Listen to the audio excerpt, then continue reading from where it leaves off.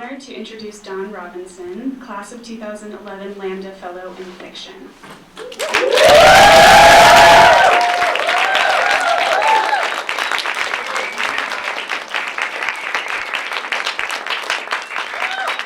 Wow, you're right, Rumi. They are foxy.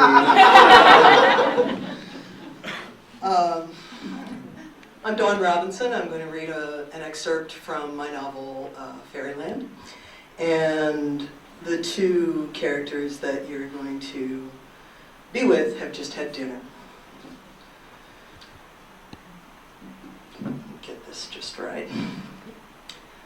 Tommy leaned forward to fill the champagne glasses. I made brownies for dessert. Juvie grinned. With nuts? Yes, juvenile, with nuts. Juvie picked up her champagne glass. Are they loaded?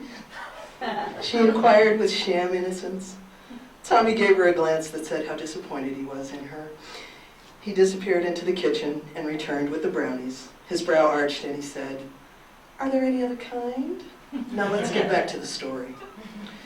Juvie grabbed a brownie and took a huge bite. Okay, so my big present at age 5 was this life-size doll. It was easily as tall as I was. Why do people do this to children? I will never understand it. What black 5-year-old girl can handle a doll? A white doll, no less, with long blonde hair and blue eyes that talks.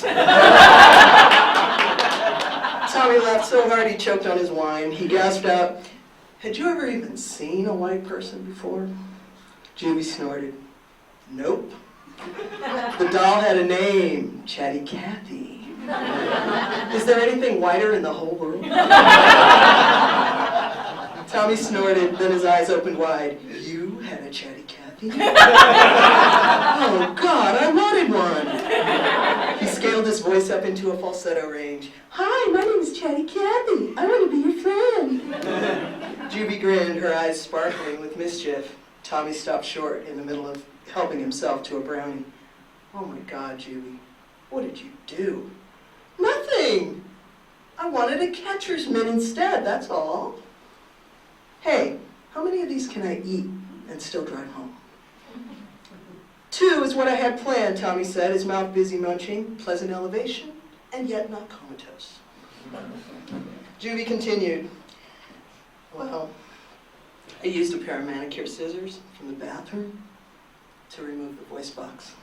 I kept pulling that string until she stopped talking back. And then I cut that box out of her to see how it worked.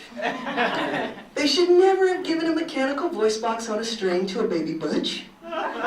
They were just asking for it. Tommy stared at her flummoxed. Your mother must have had a conniption fit. They probably thought you were a tiny serial killer. He began to laugh, holding his sides and reeling over on his expensive leather couch. Juvie joined in and then jumped to her feet, assuming a placating position. Little girl, please put down the scissors and back away from the doll. Everyone else remain calm. She fell onto the couch beside Tommy, laughing so hard her eyes streamed with tears. Tommy pulled himself up to entertain next. He put both hands on his hips in imitation of a tiny Juvie. I want a catcher's mitt. Get me one now, and no one else gets hurt. Juvie fell off the couch and onto the floor at this, pounding her fists into Tommy's rug. She gasped for breath and pointed a finger at him. I am so high right now. Jesus, Tommy, you said I could eat 2 brownies and still drive. And you believed me? Tommy was incredulous. You haven't got anybody waiting home for you, so prepare to crash in the guest room. He drained his champagne. Cool. Juvie scrambled up with an insatiable need for some slightly salty, undefined item that she hoped to find in Tommy's cavernous refrigerator. That's where he found her 5 minutes later, bent at the waist, her head stuck deep in the open door, dipping fingerfuls from a wedge of Cambozola. She turned towards him, index finger still in her mouth. At least she had the grace to look sheepish. Tommy crossed his arms and sighed. Oh my God. Stony McStone. Juvie straightened and smiled at him, her eyes warm and amused. Right back at you, T. She was as at home in his kitchen as he was in hers. It hit him all at once, that smile. That was one of Juvie's superpowers. Panties dropped all over town when she smiled that smile. On a surge of love, he stepped closer to his oldest friend and wrapped both arms around her. They stood, hugged up in the glow of the kitchen, of the fridge, the mingled food smells wafting up on the chilling air. "You're sexy as hell like that," Tommy growled into her shoulder. Juvie's laugh brought her head up. "Ha! Like what? Stoned and covered with cheese?" Tommy squeezed tighter and then let go. "Yeah, that too."